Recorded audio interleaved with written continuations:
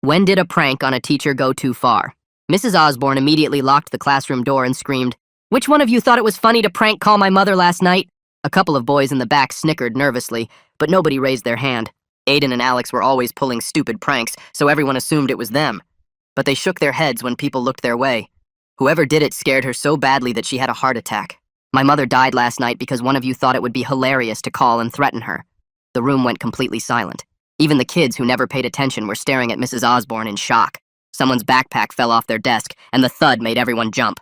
"Nobody is leaving this room until I find out who did it. The police are waiting outside to arrest whoever is responsible." Danica raised her hand tentatively and asked if we could call our parents.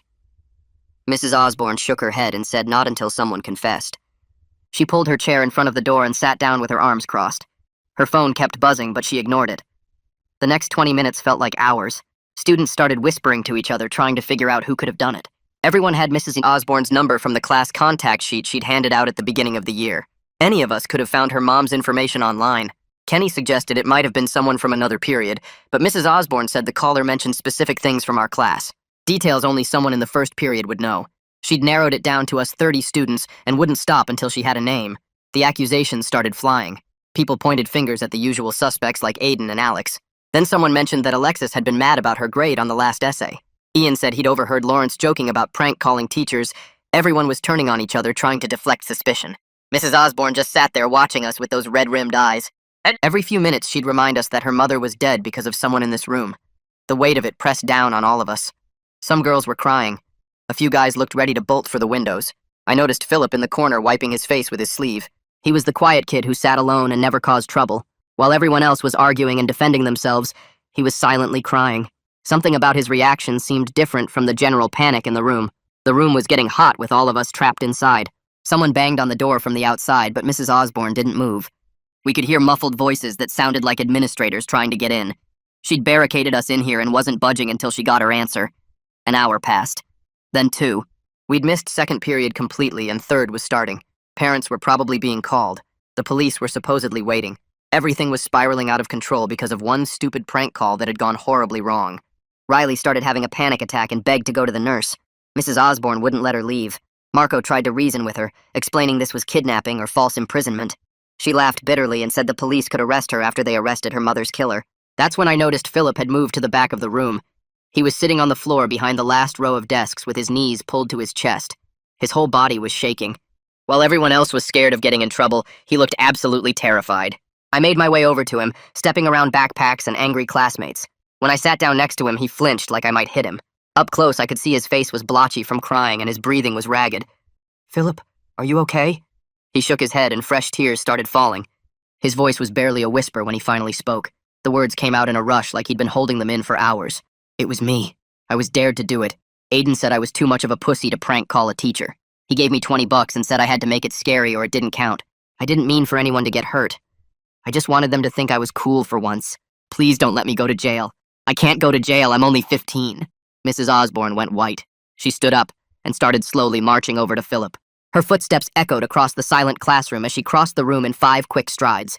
Philip tried to scramble backwards but hit the wall behind him. She grabbed his shoulders with both hands and her fingers dug into his shirt. Her whole body was shaking as she stared down at him. Everyone in the class froze completely. Nobody moved or even breathed. Philip's eyes were huge and wet with tears as he looked up at her face. Her mouth opened and closed like she wanted to say something but couldn't find the words. The veins in her neck stood out and her face had gone from white to red. I pushed myself up from the floor and took 3 steps toward them. My hand reached out and touched her arm. Her sleeve was damp with sweat, and I could feel her muscles tight under the fabric. She turned her head to look at me, and her eyes weren't the eyes of a teacher anymore. They were just sad and broken and lost. For just a second, she looked like any other daughter who had lost her mom. Her grip on Philip loosened slightly. The door exploded open with a loud crack. 3 administrators rushed in with 2 security guards right behind them. They took in the scene in about half a second. Mrs. Osborne standing over Philip with her hands on him and me touching her arm trying to pull her back. The security guards moved fast. One grabbed Mrs. Osborne's wrists and pulled them off Philip's shoulders while the other stepped between them. She started screaming as they pulled her away. The same words over and over. She kept saying he killed her and pointing at Philip, who had curled into a ball on the floor. The security guards guided her toward the door with one on each side holding her arms. She twisted and fought against them the whole way. Her voice got louder as they got her into the hallway. We could still hear her shouting about her mother and demanding justice even after the door closed behind them. The administrators stayed in the room with us. One of them told us all to sit down and not move. More adults flooded in through the door. Some were teachers from other classrooms and others looked like office staff. They spread out around the room watching us. Gary Barnett walked in about 2 minutes later. He stood at the front of the classroom and looked at all of us. His face was serious but calm. He told us we would each be interviewed about what happened. He said to stay in our seats until called. Philip was still in the corner with his head buried in his hands.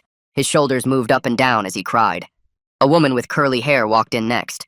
She went straight to Riley, who was still breathing funny and making little gasping sounds. The woman put her hand on Riley's back and spoke quietly to her. After a minute, she helped Riley stand up and walked her toward the door. They left together, heading for the nurse's office. The rest of us sat in complete silence. Nobody wanted to look at each other.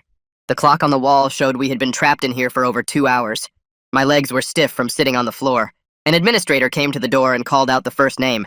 Kenny got up and followed them into the hallway. 5 minutes later, they called Danica, then Ian. One by one, they took us out for our statements. Some kids came back to the room after, and others didn't. When they called my name, I stood up on shaky legs.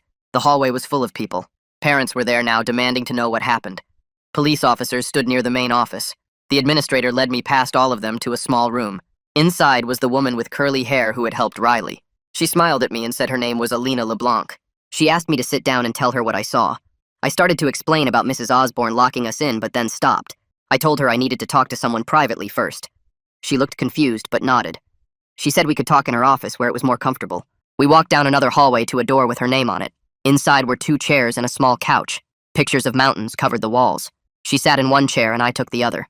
I told her everything Philip had said to me. About the dare from Aiden, about the $20, about wanting to be cool, about how scared he was of going to jail. She listened without interrupting and wrote notes on a yellow pad. When I finished, she put down her pen. She explained that the police needed to know this right away. She picked up her phone and called someone. A minute later, Gary Barnett walked into the office. Alina told him to sit down and then asked me to repeat what Philip had told me. I went through it all again, the dare and the money and everything. His face went from confused to shocked to pale. He rubbed his forehead with one hand. He stood up quickly and told someone outside the door to bring Philip to his office immediately. Then he looked at me and said I would need to talk to the police detective who was on the way. I sat in a plastic chair outside Gary's office for what felt like forever, my hands shaking as I pulled out my phone. I typed a message to my mom as fast as I could. The text just said there was an emergency at the school and Mrs. Osborne locked us in the classroom and the police were coming. My phone buzzed almost instantly with her reply saying she was leaving work right now and not to say anything to anyone without her there. I put my phone away and watched the chaos building in the hallway. More parents kept showing up, their faces all confused and angry as they demanded to know why their kids had been locked in a classroom.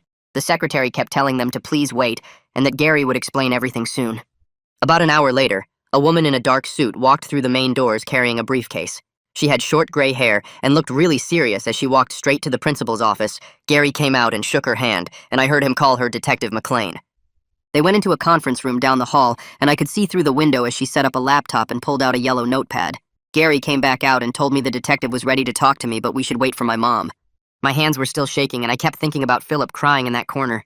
The main doors burst open, and my mom rushed in, still wearing her work badge from the hospital. She grabbed me in a quick hug and asked if I was okay. I nodded, but she could tell I was scared. We walked together to the conference room where Detective McLean stood up and introduced herself with her full name, Rhoda McLean. She seemed nice, but really professional as she explained she needed to understand exactly what happened this morning. Mom said she wanted to be present for any questions, and the detective agreed right away. She asked me to start from the beginning when Mrs. Osborne first locked the door. I told her about the screaming and the accusation about the prank call. I explained how Mrs. Osborne said her mom died from a heart attack. The detective wrote everything down and asked me to slow down a few times. When I got to the part about Philip confessing to me, she stopped writing and looked up. She asked me to repeat exactly what Philip said, word for word if I could remember. I closed my eyes and tried to remember his exact words about the dare and the $20 and wanting to be cool. She had me write it all down on a piece of paper while it was fresh in my mind. Through the conference room window, I could see the hallway getting more and more crowded. Parents were everywhere now, some of them yelling at the office staff. A security guard was trying to keep people calm, but it wasn't working. Someone must have called for a soft lockdown because I heard the announcement over the speakers telling all students and staff to remain in their classrooms. The detective asked me more questions about Aiden and if I'd ever seen him bully Philip before. I told her I didn't really know them that well, but Aiden was always doing stupid stuff to get attention. She asked about Mrs. Osborne, too, if she'd ever acted strange before today. I said no. She was actually one of the nicest teachers before this happened. The interview took about 40 minutes total. When we finished, the detective thanked me and said I'd been really helpful. She gave my mom her business card in case we remembered anything else.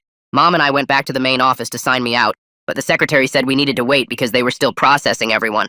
We sat in the uncomfortable chairs and watched everything happening around us. That's when I saw Philip being walked down the hall by an older woman who must have been his grandmother. She had her arm around his shoulders, and he looked even smaller than usual. He glanced at me as they passed, and his eyes were red and puffy from crying. The terror on his face made my stomach hurt. They took him into another room with Detective McLean. About 10 minutes later, I watched Aiden walk past with his parents. His usual confidence was completely gone, and he stared at the floor as he walked. His dad looked mad enough to explode, and his mom was wiping her eyes with a tissue. They went into Gary's office and closed the door. We could hear raised voices, but couldn't make out the words. The detective interviewed Aiden for over an hour while the rest of us were finally allowed to leave. The hallway was packed with families trying to get their kids and leave. Everyone was talking at once, spreading rumors about what really happened. Some people said Mrs. Osborne had a gun, which wasn't true. Others said multiple kids were arrested. Parents were recording everything on their phones, and I knew this would be all over social media within hours. Mom drove me home in silence, and I stared out the window thinking about everything. That evening, we turned on the local news, and there it was, the top story about a teacher who held students hostage after her mother's death. They didn't say any names, but showed footage of our school and interviewed some parents in the parking lot. Everyone at the school would know exactly who they meant. Mom heated up leftover pasta for dinner, but I couldn't eat anything. My stomach felt sick thinking about Philip and what might happen to him. He was just a kid who wanted friends and made a really stupid choice. Mom sat with me at the kitchen table, and we talked about how one stupid decision can destroy so many lives. She said Philip would have to live with this forever, knowing his prank call caused someone to die. She also said Mrs. Osborne would probably never teach again after locking us in like that. Even Aiden would face serious consequences for paying someone to commit what turned out to be a crime. None of them probably imagined it would end up like this when they made their choices. Mom held my hand and said she was proud of me for telling the truth and helping Philip when he needed someone, but I didn't feel proud at all. I just felt sad for everyone involved. The next morning, Mom drove me to the school, even though I usually took the bus because she wanted to make sure everything was okay. The parking lot was way emptier than usual, and when I got to first period, only about half the kids were there. A substitute teacher sat at Mrs. Osborne's desk looking nervous while Alina LeBlanc, the counselor from yesterday, stood by the door greeting everyone as we came in. She had this fake, calm smile that didn't reach her eyes and kept asking if we were doing all right. The substitute introduced herself as Miss Rodriguez and said she'd be teaching us for a while but didn't explain how long. Alina took over and started talking about trauma and how it was normal to feel scared or confused after what happened yesterday. She passed around a feelings chart and asked us to point to how we were doing, but most kids just stared at their desks. Kenny picked angry, and Danica picked sad. But when it got to me, I just passed it along without choosing anything. Alina kept trying to get us to share our thoughts, but the room stayed mostly quiet, except for the sound of someone's pen clicking over and over. She gave up after 20 minutes and let Mr. Rodriguez start teaching, but nobody could focus on the lesson about symbolism in literature when we just lived through something that felt way too real. During lunch, I sat with my usual group and heard that Philip had been suspended while they investigated everything. Someone's older brother worked at the courthouse and said he saw Philip there with his grandma and a lawyer, which made my stomach drop because that meant this was getting really serious. The cafeteria buzzed with rumors about what would happen to him and whether he'd go to jail for making the call that killed Mrs. Osborne's mom. Kids kept looking over at the empty spot where Philip usually sat alone with his sandwich and library book. 2 days later, Aiden showed up at the school again, but he looked different without his usual cocky walk and loud voice. He sat in the back of every class and didn't talk to anyone, not even Alex, who used to be his best friend. I watched Alex tell a group of kids that he had nothing to do with the dare and didn't even know Aiden was going to do it. Their friendship was completely destroyed, and you could see Aiden knew everyone blamed him for what happened to Philip and Mrs. Osborne's mom. 3 days after that, Detective McLean came back to the school and set up in the conference room again. She called in more students throughout the day, especially anyone who might have seen Aiden and Philip together or heard about the dare before it happened. I saw Ian go in for almost an hour, and when he came out, he looked pale and kept rubbing his hands on his jeans. Later, I found out he'd told the detective about hearing Aiden bragging the day before the incident about getting Philip to do something hilarious for $20. Ian said Aiden had been laughing about how easy it was to get the quiet kid to do whatever he wanted if you just called him names and waved money around. This information spread through school within hours and made everything feel even worse because it showed Aiden had planned it all out. The school board called an emergency meeting that Friday night, and the auditorium was packed with angry parents demanding answers. Mom and I sat in the middle section and listened to parents yelling about how a teacher could lock kids in a room and whether their children were safe at the school. Some parents wanted to press charges against the school for allowing it to happen, while others defended Mrs. Osborne, saying grief made her snap. Gary Barnett stood at the podium trying to calm everyone down, but his voice kept getting drowned out by the shouting. He finally got everyone quiet enough to announce that Mrs. Osborne had been placed on administrative leave while the police investigated what she did to us. He also said the school was putting in new rules about how teachers could handle emergencies and that all staff would get training on appropriate responses to crisis situations. Parents kept interrupting with questions about lawsuits and whether Mrs. Osborne would ever be allowed near their kids again. Gary looked exhausted as he tried to answer everything while also protecting Mrs. Osborne's privacy and not saying anything that could affect the legal case. A week passed before we heard that the district attorney was officially charging Mrs. Osborne with false imprisonment and child endangerment for locking 30 students in a classroom for hours. The news hit everyone hard because even though what she did was wrong, we all remembered how nice she'd been before her mom died. Some kids said she deserved to go to jail for traumatizing us, while others felt bad that she'd lost her mom and now might lose her freedom too. The whole situation felt complicated with no clear good guys or bad guys, just a bunch of people who made terrible choices that spiraled out of control. Meanwhile, Philip's case went to juvenile court, where they charged him with harassment and making terroristic threats, even though he never meant for anyone to actually die. His age helped him because 15-year-olds don't usually get tried as adults, but the judge still took it seriously since someone died because of his prank call. I heard his lawyer argued that Philip was manipulated by an older student and only wanted to fit in, which was true, but didn't change what happened to Mrs. Osborne's mom. 2 weeks later, the court clerk called my name and I walked up to the witness stand with my legs feeling like jelly. Requested Reds is on Spotify now. Check out link in the description or comments. The courtroom was smaller than I expected, with wood panels everywhere and a big seal behind the judge's bench. Philip sat at a table with his lawyer, looking even smaller than he did at the school in his oversized suit that must have been borrowed.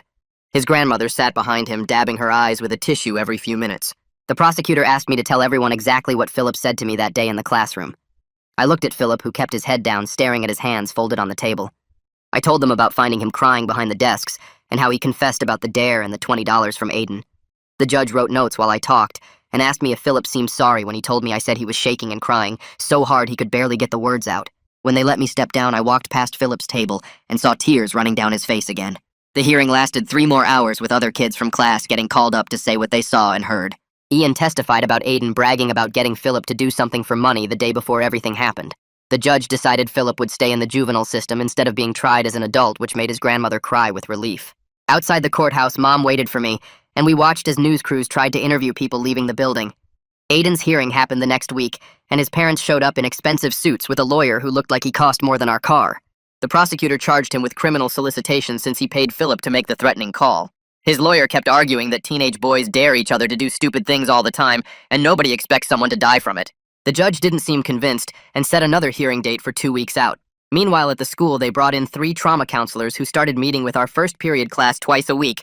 Alina LeBlanc ran the sessions in the library since nobody wanted to go back to Mrs. Osborne's old classroom.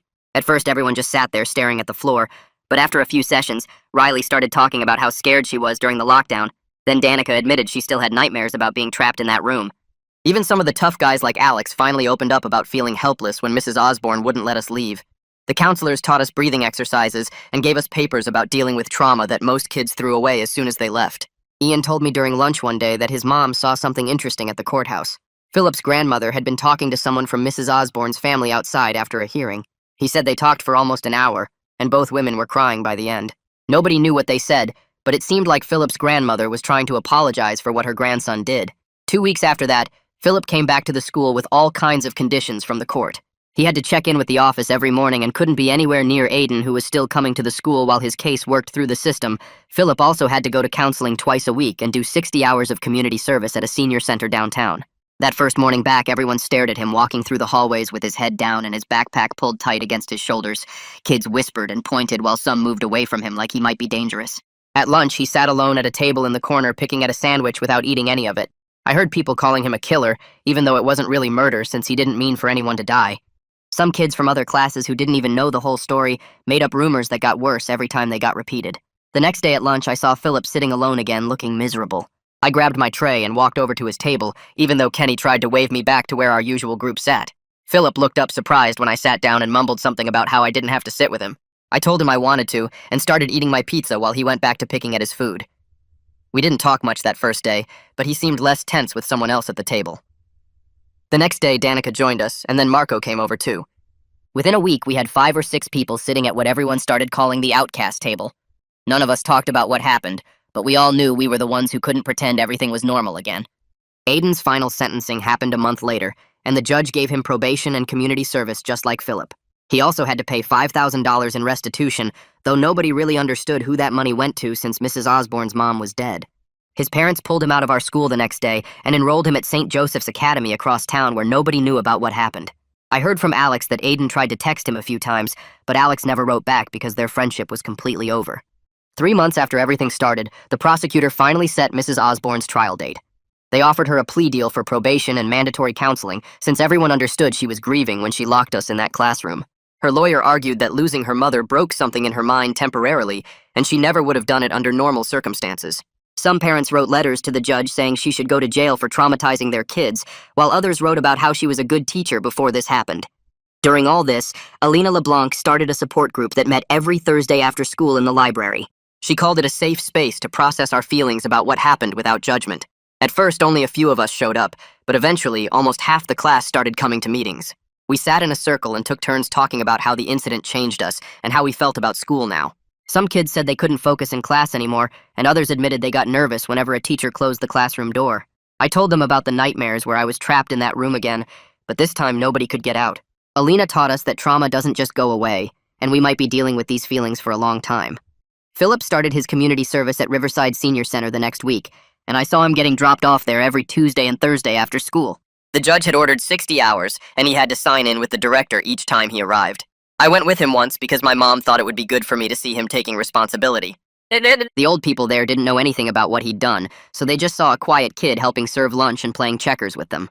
One woman named Dorothy kept asking him to be her partner for bingo, and he'd sit there marking her cards when her hands shook too much. After a few weeks, he told our support group that listening to them talk about their families made him understand how Mrs. Osborne's mom must have felt getting that call. Meanwhile, the school sent out new forms saying all teacher contact would go through the main office phone system from now on. They took down the emergency contact sheets we'd all signed and replaced them with cards that only had the school's number. Parents had to register their phone numbers in a secure database that teachers couldn't access directly. Gary Barnett held an assembly explaining the new safety protocols where classroom doors would have emergency override codes that administrators could use.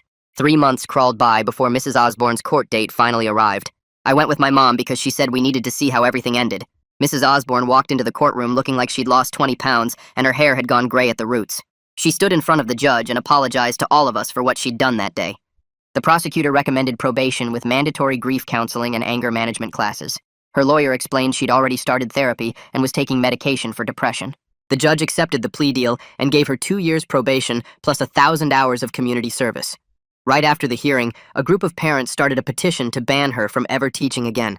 They collected over 200 signatures in 3 days and presented it to the school board at their monthly meeting. Other parents wrote letters saying she deserved compassion because grief had made her do something she never would have done otherwise. The arguments got heated at the board meeting with people yelling about child safety versus second chances. The board went into closed session for 3 hours before announcing their decision.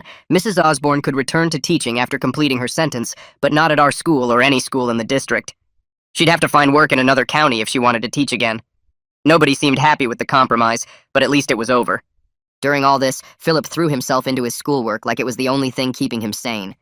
His grades went from C's and D's to straight A's within 2 months. He started staying after school to help younger kids with their math homework in the library. The math teacher said he'd never seen such a dramatic improvement in a student before. I started having panic attacks whenever a teacher closed the classroom door. My hands would get sweaty and I'd feel like I couldn't breathe. Mom made an appointment with Alina, who started seeing me every week after school. She taught me to count my breaths and imagine myself somewhere safe when the panic started. We worked through what happened that day and my guilt about being the one who got Philip to confess.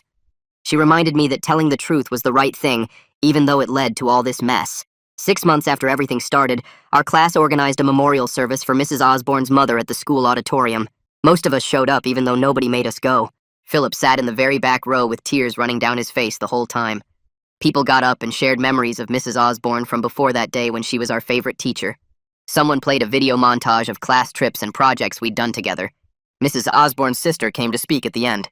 She talked about how her mother had been a teacher too, and always believed in giving kids second chances. She said her mom wouldn't want her death to destroy more lives, and that forgiveness was the only way forward. She looked right at Philip when she said that part, and he completely broke down, sobbing. After the service, Philip spent weeks writing a letter to Mrs. Osborne's family. He showed me 3 different drafts where he tried to explain what happened without making excuses. He wrote about the dare and the $20, but also took full responsibility for his choice. He mailed it to Mrs. Osborne's sister, but never got a response. He told me at lunch one day that writing it helped him start to forgive himself, even if they never forgave him. The letter was his way of facing what he'd done instead of hiding from it forever.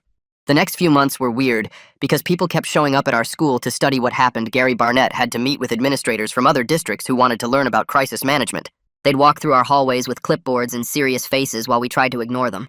I saw them taking pictures of our classroom door and the locks that got changed after that day. They interviewed some teachers, but most of us students just wanted to forget about it. Alina LeBlanc started something new in January called a peer mediation program. She trained us to help other kids work out their problems before things got bad. About half our first period class signed up, including me and Ian and even Danica. We met every Tuesday after school in the library to practice talking through conflicts. Alina taught us to listen without judging and ask questions that helped people figure things out themselves. The training helped me deal with my own stuff, too. I was still having trouble with closed doors, but working with other kids made me feel less alone. Spring came and I was at the grocery store with my mom when I saw Mrs. Osborne by the frozen food section. She looked different with her hair shorter and no makeup on. We made eye contact for a second, and she gave me this tiny nod before turning and walking away. That was it, but somehow it felt like she was saying she understood, or maybe that she was sorry I never saw her again after that. Around the same time, Philip got news that changed everything for him. He'd applied to this early college program at the community college for his senior year. The acceptance letter came in April, and he actually smiled for the first time in months. The program would let him take college classes instead of regular high school ones. He'd get a fresh start where nobody knew about the phone call or what happened after. He told me at lunch that he was scared, but also excited to be somewhere new. The rest of junior year went by fast with everyone focused on grades and college prep. Our class had gotten closer through everything that happened. Kids who used to hate each other would nod in the halls or share notes before tests. Even the popular kids and the quiet ones mixed more than before. We all knew what we'd been through together, and it made the usual high school drama seem stupid. Senior year started without Philip since he was at the community college program. I heard from Ian that he was doing great with straight A's and even making some friends. Nobody there knew his history, so he could just be a smart kid working hard. Graduation day came in June, and the whole gym was packed with families. Gary Barnett gave his principal speech about our class being special. He talked about resilience and strength without saying exactly why, but everyone in our class knew what he meant. Parents shifted in their seats because they knew too. When he finished, there was this moment where all of us from that first period looked at each other. It was like a silent agreement that we'd made it through something huge together. Then came the surprise nobody expected. Philip walked up to the podium as salutatorian. Even though he'd finished at the community college, he'd earned enough credits to graduate with us and wanted to speak. The gym got really quiet as he adjusted the microphone. His voice was steady when he started talking about second chances and how our choices matter. He didn't mention the call directly, but talked about learning from mistakes and how forgiveness can change everything. Some parents looked uncomfortable, but most people were listening hard. He talked about the people who helped him when he didn't deserve it and how that made him want to be better. When he finished, the whole auditorium stayed quiet for a second before people started clapping. After graduation, I had to decide what to study in college. Watching Alina work with all of us had shown me how much psychology could help people.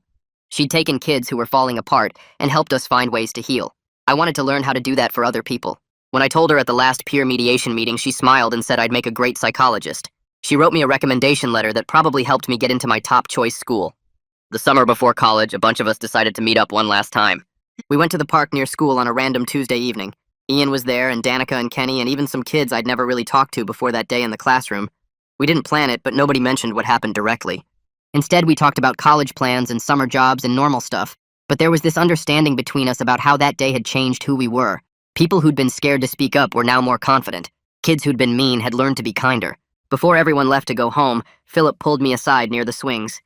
He looked healthier than he had all year with some color in his face. He thanked me for sitting with him that day when he confessed. He said knowing someone saw him as a person and not just his worst choice gave him hope. He told me that moment when I sat down next to him was when he realized maybe he could get through this. We shook hands, and then he surprised me by pulling me into a quick hug before walking away. 3 weeks into my freshman year at State, I got an email from Alina asking how college was going. She mentioned she'd heard from someone that Mrs. Osborne had started teaching again at Jefferson High 2 counties over. The person who told her said Mrs. Osborne looked thinner and older, but was back in the classroom doing what she loved. I thought about her standing in front of new students who had no idea what happened to her mom or what she'd done to us that day. My psychology professor assigned us to write about a personal experience that showed how people deal with crisis. I sat in my dorm room for hours trying to figure out how to put that whole mess into words. The cursor blinked on my laptop screen while my roommate played video games and ate chips. I started typing about the locked classroom and Philip's confession and how everyone turned on each other. The paper ended up being 12 pages long when the requirement was only 5. My professor wrote comments all over it saying this was exactly the kind of real-world example that showed how trauma creates unexpected connections between people. She asked if she could use it as an example for future classes with the names changed. I said yes, because maybe it could help other people understand how quickly things can spiral. One night I was scrolling through Instagram and saw Aiden's face pop up in my feed. Someone from our old school had posted a picture of him at his new place wearing a college sweatshirt. The caption said he'd gotten into Tech University, which a pretty good school. I clicked through to his profile and saw pictures of him at orientation and moving into his dorm. He looked happy in a way I'd never seen him back when he was always trying to act tough. People really do move on from the worst things they've done. My phone buzzed with a Facebook message while I was studying for midterms. Philip's name appeared on the screen and my stomach did this weird flip. He wrote that he wanted me to know he'd gotten accepted to the state university with a full scholarship for academics. He was planning to major in social work because he wanted to help kids who made bad decisions like he had. He said working at the senior center had shown him how much he liked helping people who needed it. The message was long, and he thanked me again for being there when everything fell apart. I wrote back, congratulating him and telling him he'd make a great social worker. We ended up messaging back and forth for a while about college and classes and normal stuff. It felt weird, but also good to see him doing something positive with his life. During winter break, I ran into Ian at the grocery store, and we ended up talking in the cereal aisle for 20 minutes. He told me our whole first period class had a group chat going where people checked in sometimes. Someone would post about a hard test or a bad day, and others would respond with support. Even kids who never talked in high school were part of it now. Ian showed me his phone, and I scrolled through messages from Danica and Kenny and other names I recognized. They were planning to meet up over break at the coffee shop downtown. I showed up to the coffee shop on a Tuesday afternoon and found half our old class sitting around pushed-together tables. Everyone looked older somehow, even though it had only been 6 months since graduation. We talked about college and jobs and regular things, but there was this understanding underneath it all. Riley mentioned she was seeing a therapist for anxiety, and nobody made it weird. Marco said he was pre-law now because of what happened with the false imprisonment thing. Everyone had been changed by that day in different ways. Spring semester, I signed up to volunteer at the campus crisis hotline after seeing a flyer in the student center. The training was intense with role-playing and learning about active listening and intervention techniques. The coordinator asked why I wanted to volunteer, and I told her about Philip without using names. She said personal experience often made the best counselors because we understood how important it was to really listen. My first shift was terrifying, but I kept thinking about sitting next to Philip on that classroom floor. Every call that came in reminded me that one person reaching out could change everything.